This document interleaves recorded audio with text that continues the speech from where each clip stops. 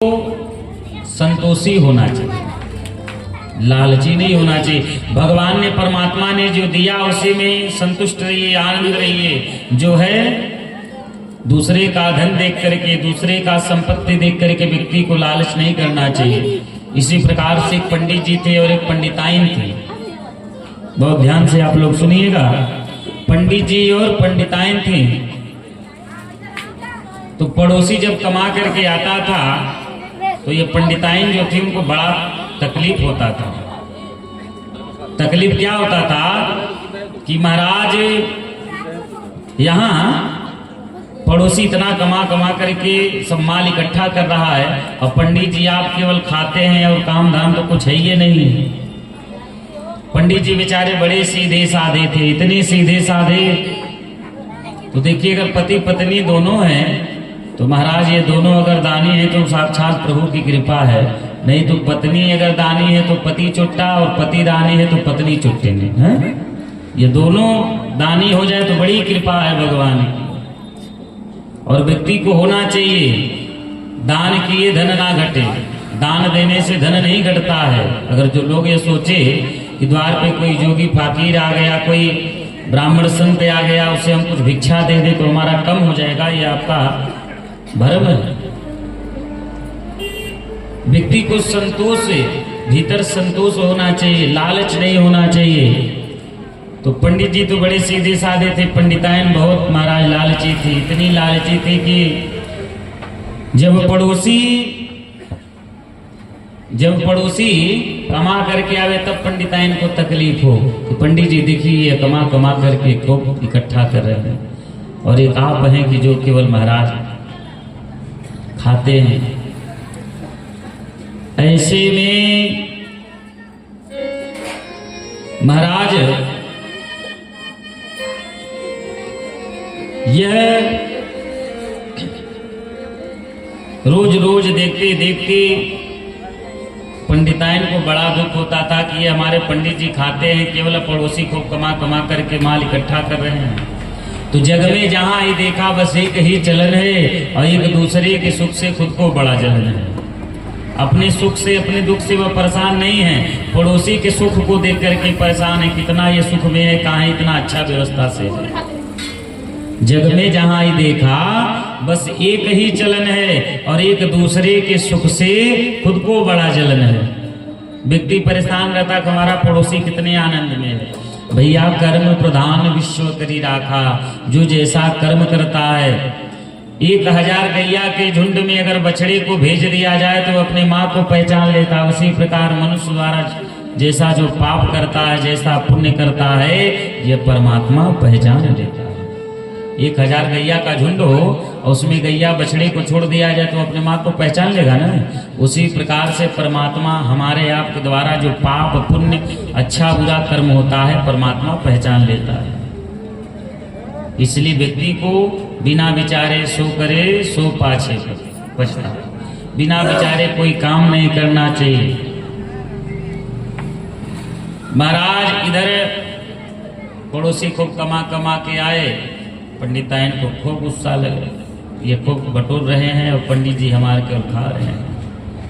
एक दिन पंडिताइन ने कह दिया कि पंडित जी आप घर छोड़ के चले जाइए। पंडित जी को बड़ा दुख हुआ। ये हमारी पत्नी, कुछ ऐसी पत्नियां होती हैं कि अगर पति के पास कोई कमाई नहीं है, कोई बिजनेस नहीं है, कोई धन काम नहीं है तो रोज रोज उन्हें माताएं जो होती हैं बोलती। परंतु देखिए संतोषम परम सुखम, संतोष का फल बड़ा ही मीठा होता है। अगर आप संतोष करते हैं तो आपको अजगर करे ना चाकरी, पंछी करे ना काम, दास मलूका कह गए सबके दाता। राम देने वाला तो परमात्मा है भैया, दाता एक राम है, भिखारी सारी दुनिया। महाराज इधर पंडित जी बेचारे घर छोड़ करके चले जाते हैं और जब घर छोड़ के चले जाते हैं तो सोचते हैं कि अब मैं कहाँ जाऊँ, क्या करूं। पंडित जी ने कहा ऐसा जीवन जीने से बढ़िया है कि समुद्र में, इस नदी में ही जाकर के मैं समुद्र में कूद जाता हूं। महाराज पंडित जी जाकर के वहां समुद्र के किनारे जब पहुंचे तो देखे कि वहां समुद्र का लहर उठ रहा है। जब वहां पंडित जी गए कि मैं इस समुद्र में कूद के मर जाऊंगा। तो जब समुद्र का लहर उठने लगा तो पंडित जी को देख करके डर लगने लगा, भय लगने लगा। लोग कह देते हैं कि मैं मर जाऊंगा, परंतु मरना इतना आसान नहीं है भैया। ऐसे एक बूढ़ी मैया थी जो उनकी बहुत ही खूब परेशान करती थी। बेचारी जब काम करके उठे, चलिए यह काम करिए, जब बेचारी वह काम करके, सासू माँ उठ जाइए आप यह काम करिए, वह बहू इतना परेशान की वह बूढ़ी मैया बेचारी परेशान हो गई कि हे भगवान, हमारे जितने साथी संगति थे सब मर गए, एक हम ही को भगवान छोड़ दिए, मेरा तो यमराज भी नहीं सुनता। और यमराज उसी रास्ते से जा रहे थे। अब जब इस बूढ़ी मैया को उनकी बहू ने कहा कि आप घर का पूरा साफ सफाइया कर डालिए, तो बूढ़ी मैया ने कहा कि मेरा तो यह यमराज भी नहीं सुनता, हमारे साथी संगति जो थे सब मर गए, हमारा तो यमराज भी नहीं सुनता है। अब यमराज उसी रास्ते से जा रहे थे, यमराज आकर के खड़े हो गए। बूढ़ी मैया ने कहा भैया तुम कौन हो? यमराज ने कहा हम हैं यम, चलो हमारे साथ। बूढ़ी मैया ने कहा कहाँ? यमराज ने कहा यमलोक। बूढ़ी मैया कह रहे भैया हमें नहीं जाना है, अभी हमें नहीं जाना है। अरे आप ही तो कहिए कि हमारे साथी संगति सब मर गए, हमारा तो यमराज भी नहीं सुनता। तो हमने सुन लिया, चलिए। बूढ़ी मैया ने कहा भैया अभी मरना नहीं है, भले ये कूड़ा करकट हम बटोरे हैं, लेकिन अभी हम जाएंगे नहीं।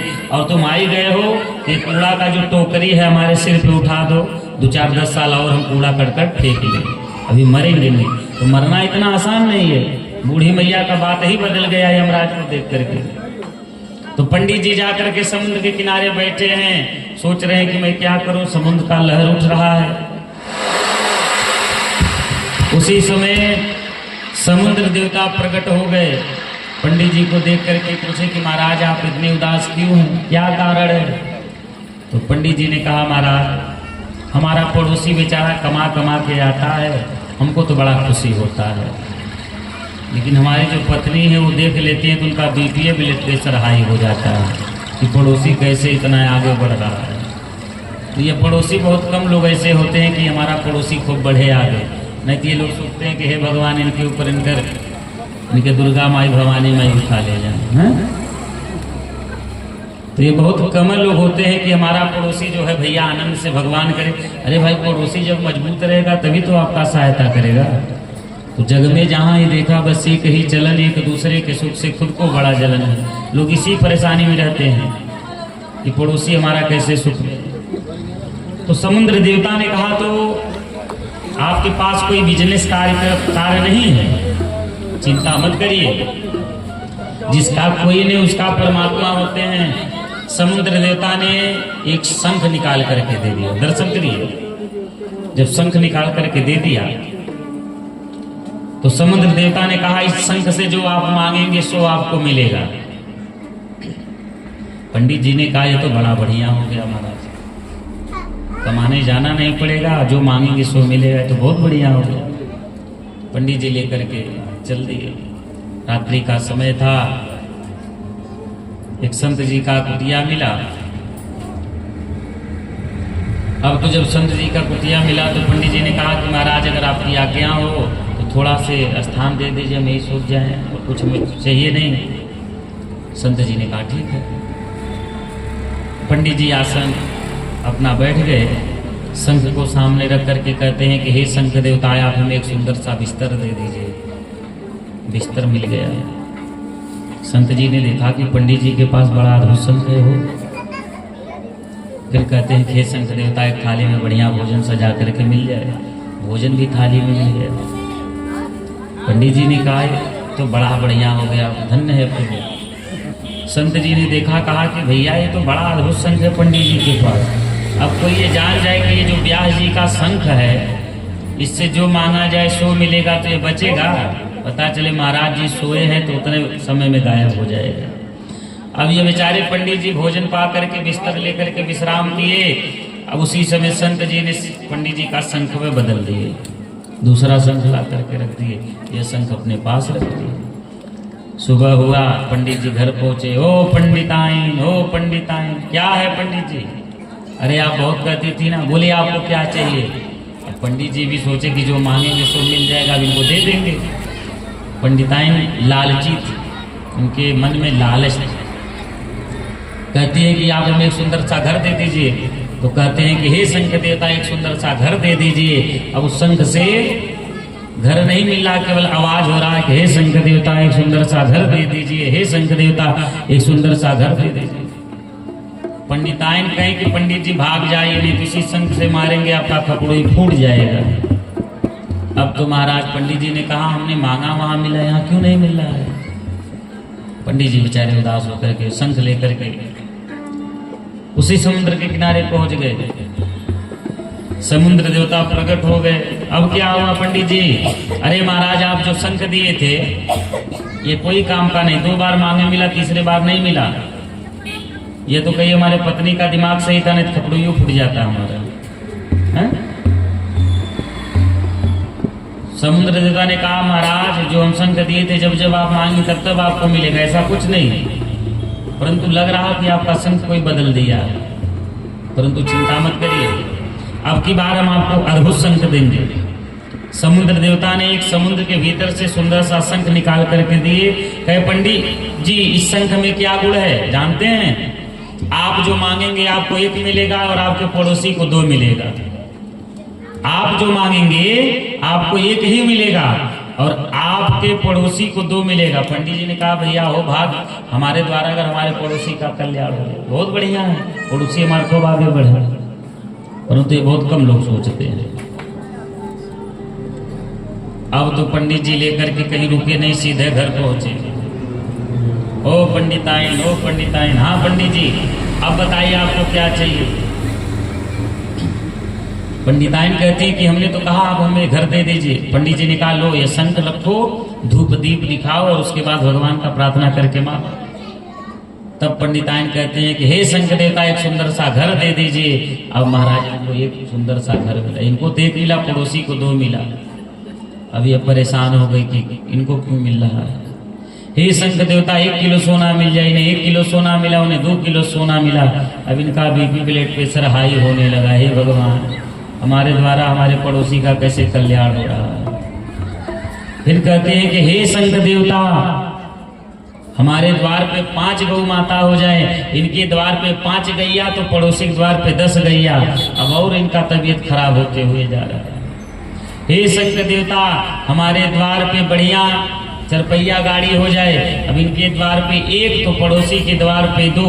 अब ये परेशान हो गई कि ये मेरा पड़ोसी कैसे आगे बढ़ रहा है। कहते हैं कि हे शंख देवता हमारा 1 हाथ टूट जाए। हे शंख देवता हमारा 1 हाथ टूट जाए। अब इनका तो 1 हाथ टूटा, पड़ोसी का बेचारा दोनों हाथ टूट गया है? अब इनका 1 हाथ टूटा, पड़ोसी का दोनों हाथ गायब हो गया। है भगवान कहती है कि हे शंख देवता हमारा 1 आंख फूट जाए। इनका 1 आंख फूटा, पड़ोसी का दोनों आंख फूट गया। कहती है कि हे शंख देवता हमारा 1 गोड़ टूट जाए। इनका 1 गोड़ टूटा, पड़ोसी का दोनों गोड़ गायब हो गया। कहती है कि हे शंख देवता हमारे द्वार के सामने 10 फुट का गड्ढा हो जाए। इनके द्वार पे 10 फुट का गड्ढा, पड़ोसी के द्वार पे 20 फुट का गड्ढा हो गया। कहती है कि हे शंख देवता इस गड्ढे में हम गिर जाएं। इस गड्ढे में जब ये 10 फुट में गिरी तो हाथ है टूटा, और पड़ोसी बेचारे 20 फुट के गड्ढा में गिरे तो सीता आराम हो गया। इस प्रकार से यह पड़ोसी को गायब कर दे। ऐसे ऐसे भी पड़ोसी होते हैं जो अपने पड़ोसी का हित नहीं चाहते। इस प्रकार से पंडिताइन भी चली गई और पड़ोसी को भी लेके चली गई। तो कहने का मतलब ये है कि लालच ज्यादा नहीं करना चाहिए। लालच जो है ये पतन का कारण है। व्यक्ति जब ज्यादा लालच करता है उसका पतन भी बहुत जल्द होता है। इस प्रकार से पंडित जी ने कहा बहुत बढ़िया हो गया कि हमारी पंडिताइन चली गई, नहीं तो ये ग्रह ही थी। इस प्रकार से भगवान कहते हैं